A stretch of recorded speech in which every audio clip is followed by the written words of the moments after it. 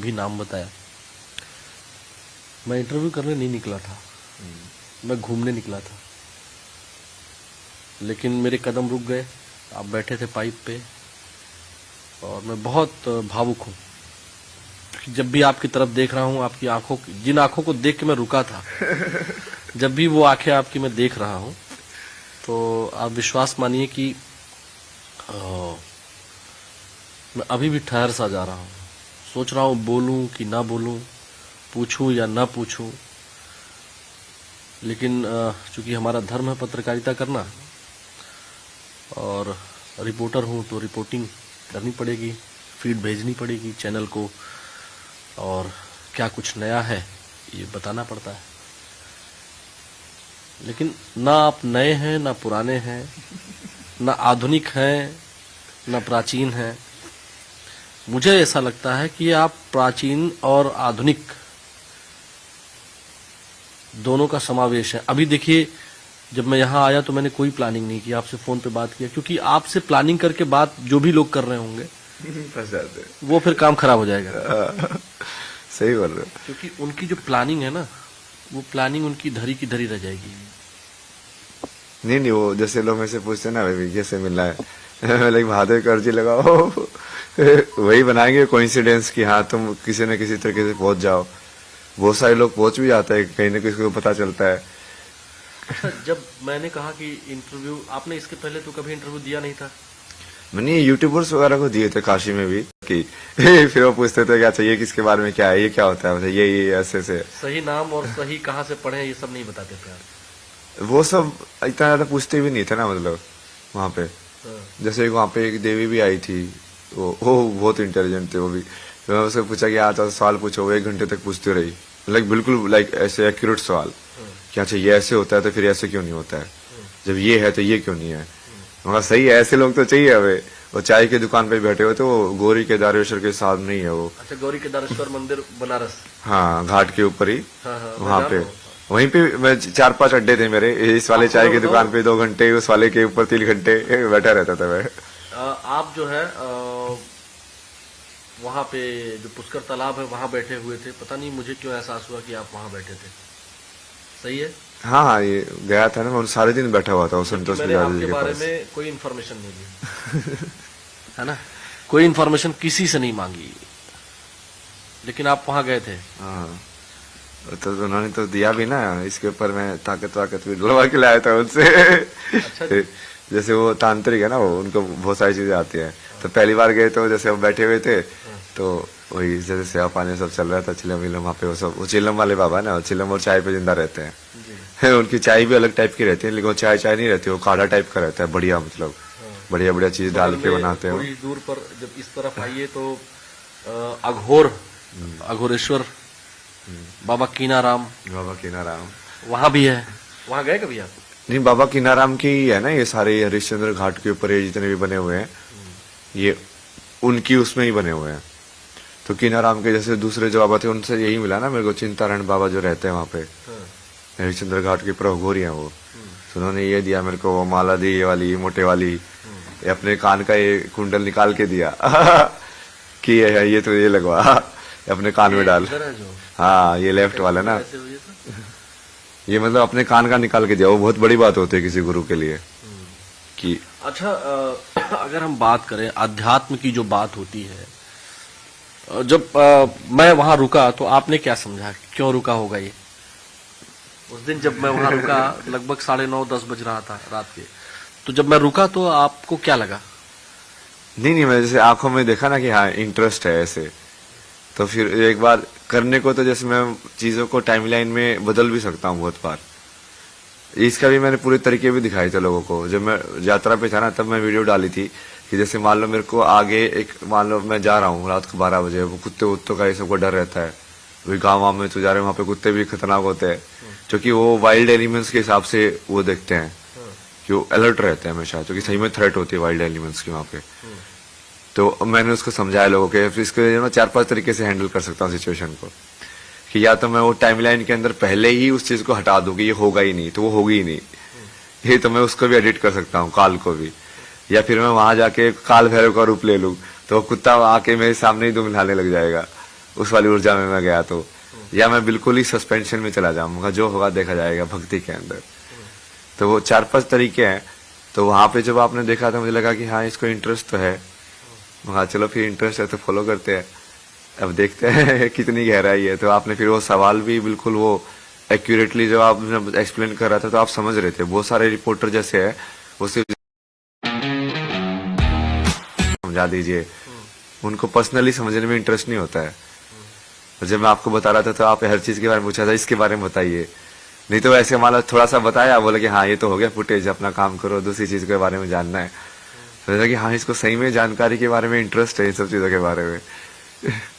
तो उसकी वजह से फिर मेरे में अंदर भी वो सिखाने का वो आता है ना, जो सामने वाला सुन रहा होता है, सीख रहा होता है, तो तुम भी सोचते हो कि हाँ इसको बढ़िया से एक्सप्लेन करो, किस बढ़िया तरीके से एक्सप्लेन कर सकते हो कि इसको समझ में आए और अच्छे से। मैंने ये YouTube पर जो कमेंट आए हुए हैं उनमें था कि मेरे ऊपर दबाव जनता ने बना दिया, नहीं तो मैं शायद आपका दूसरी बार इंटरव्यू नहीं करता। जनता ने कहा कि आप इनका दूसरी बार आप इंटरव्यू करो, क्योंकि और लोग जो भी जहां भी हम देख रहे हैं वो हमें समझ में नहीं आ रहा है उतना, तो आप जाओ और आप इंटरव्यू करो।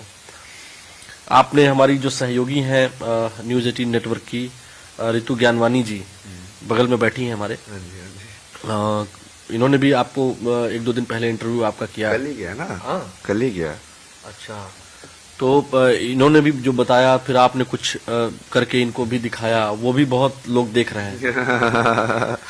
तो जो मतलब मैं करने को तो बहुत सारी चीजें कर सकता हूँ ना, मैं लोगों को भी बोलता था, लेकिन तुम्हारे अंदर समर्पण होना चाहिए। दिखाने के लिए मैं तुमको एक मोमेंट में ही भगवान दिखा सकता हूँ, पर तुम्हारे अंदर उतना समर्पण में तो होना चाहिए। तुम अपनी चीजें लेके ही ऑलरेडी ऑब्जेक्टिव के साथ आते हो तो फिर फंस जाते हो। तुम वहां पे आके तुम यदि तुम बैठ पाओ, तुम बोलो कि मैं हाँ, तुम पूरी तरीके से मेरी बात को सुनोगे जो मैं बोल रहा हूँ पूरे ध्यान से, तो बहुत कुछ किया जा सकता है तुम्हारे अंदर। जैसे तुम्हारी आत्मा के अंदर जाके, तुम्हारे शरीर के अंदर जाके भी चीजें सेट की जा सकती हैं, क्योंकि समय करके ना इस लाइक कि वो एक हो सकता है वो चीजें। महाराज जी, मैं आध्यात्म पर भी आऊंगा। उसमें मैंने उस वीडियो में, पहले वीडियो में मैंने आपसे प्रेम पर भी बात की थी, परिवार पर भी बात की थी, आपके घर तक लोग पहुंच गए और बहुत सारी बातें की। अब तो और छोड़िए, आपके घर के पड़ोस में जो रहते हैं पड़ोसी अंकल, उनका वीडियो देखा आपने? नहीं, बट वो जैसे वो एक पड़ोसी थे ना, वो एक जो आंटी थी, वो बूढ़ी सी थी, वो भी भक्ति करती थी। तो जब मैं वहां पे था तो मैं उनको बहुत बार बुलाता था, मैं कहा भाई ये, उनको भी मैंने पूरा बताया हुआ था कि हाँ देखो ऐसे धर्म की स्थापना करने के लिए ऐसे ऐसे होता है, तो इस युग में जैसे है वो मैं करूंगा ना वो वाला काम। अब वो तो फिर भी थोड़ा सा मान लेते थे कि हाँ सही है। अब घर वाले तो, लेकिन ये सब देख के उनको तो ऐसे लगता था पता नहीं क्या कर रहा है। वो जैसे लेके भी आए दूसरे लोगों को, कोई उनके परिवार में अगर मेंटली लाइक थोड़ा सा ऐसे चैलेंज हुई था ना, तो हाँ इसके बारे में कुछ बताओ। न्यूरोलॉजी वाले भी 1-2 जो उनके जान पहचान वाले थे, एक दूसरी भी थी, वो भी, उनको भी थोड़ा सा मतलब आई थिंक कनेक्शन है कोई तो स्पिरिचुअल, तो उनको 6 सेंस के हिसाब से काफी चीजें पता चलती है उनको। तो वो भी आए थे कि हाँ अच्छा इसके बारे में कुछ बताइए, कैसे करते हैं ये सब, कैसे होता है। अच्छा, मेरे पास कम से कम per day 200 phone calls daily आ रहे थे कि हमको बाबा महाराज जी से मिलना है और आप मिलवाइए। मेरे से बड़े लोगों ने नंबर आपका मांगा, लेकिन मेरे पास तो था नहीं नंबर। नहीं नंबर, कैमरा तो यही बोलना पड़ेगा। नहीं वो वही है, वो बड़े लोग भी ऐसे कॉल करेंगे तो वो वैसे तो उठेगा ही नहीं ना। ये वाली सेटिंग सबसे सही है ना, जब तक मेरे उसमें वो सेव नहीं होगा तब तक वो आ ही नहीं सकता। तो मेरी चेतना में वही चीज एंटर करनी चाहिए जो मेरे से रिकॉग्नाइज्ड है, वो काफी सही तरीका ऑर्गेनाइज करने का उसको। रितु, आपको कुछ पूछना है? ये चीज मुझे बहुत अच्छी लगी जो लास्ट में इन्होंने जिक्र किया कि जिसे मैं एंटर करना चाहता हूँ लाइफ में, या आपने कहा ना कि जो मैं चाहता हूँ सिर्फ वो ही एंटर कर सकता है। कैसे? ये तो ठीक है, फोन कॉल की बात आपने की, लाइफ की अगर हम बात करते हैं तो हाँ, तो मैं तो जैसे साउंड का हिसाब से भी देखता हूँ ना, कई बार जैसे मान लो अनवांटेड साउंड है तो तुम वो चेतना के अंदर ना जाए, तो जैसे तुम ईयरफोन का भी यूज कर सकते हो। कि अपनी खुद की साउंड की चेतना बना लो। तुमको वो साउंड डेटा कंज्यूम नहीं करना है और तुम्हारे पास चॉइस नहीं है, तो तुम कैसे करोगे? और दूसरे बहुत सारे तरीके हैं इसको कंट्रोल करने के ना, कि तुम्हारी चेतना जो है वो थोड़ा क्लीन रहे। ठीक है, लोग एंटर करें, बट वो एंटर करने के बाद एक प्रॉपर जगह हो, नहीं तो तुम्हारा माइंड जो है बेसिकली इट्स लाइक की मेमोरी स्टोरेज टाइप है ना, कि तुम कैसे प्लेस कर रहे हो। तो जैसे मैं अभी जैसे लोगों को नाम के हिसाब से, जिनका नाम मैंने वहां पे भी यही बात हुई थी ना कि मैं आपका नाम कैसे सेव करूं, है ना, वो पूरा डिस्कशन हुआ था उसके ऊपर कि हाँ अच्छा मैं पहला पत्रकार के हिसाब से कह रहा हूँ कि आपने पहला इंटरव्यू किया है तो पहला पत्रकार हो, वैसे ही नाम सेव है आपका पूरा अभी भी पहला पत्रकार आलोक शुक्ला तो वो वैसे ही है कि आप चेतना के अंदर उसको जब जगह दे रहे हो तो वो कैसे एंटर हो रही है, कैसे तुमको उस चीज को लाइक जबरदस्ती याद नहीं करना पड़े, बस वो रहे वहां पे। अब तुमने आइडेंटिफाई कर लिया उस चीज को, तो फिर वो माइंड पे लोड नहीं रहेगा, माइंड पे लोड नहीं रहेगा तो स्पिरिचुअलिटी मतलब जो मन को शांत करने की जो स्थिति है वो बनाना इजी हो जाएगा। कंट्रोल में नहीं रहती है ना, तो हम ये बेसिकली हम ये कहें तो कंट्रोल करने की कोशिश हो रही है ना सारी चीजें। नहीं वो जो कंट्रोल में नहीं रहते उसको फिर शिव मान लो ना, वो केओस है बेसिकली तुम्हारे लिए, तो उसको मैं शिव के डमरू मानता हूँ। ऋषिकेश में जैसे पटाखे ही बज रहे थे मुझे तो डमरू सुनाई दे रहे थे बाकी कुछ और भी हो रहा था मुझे तो डमरू सुनाई दे रहे थे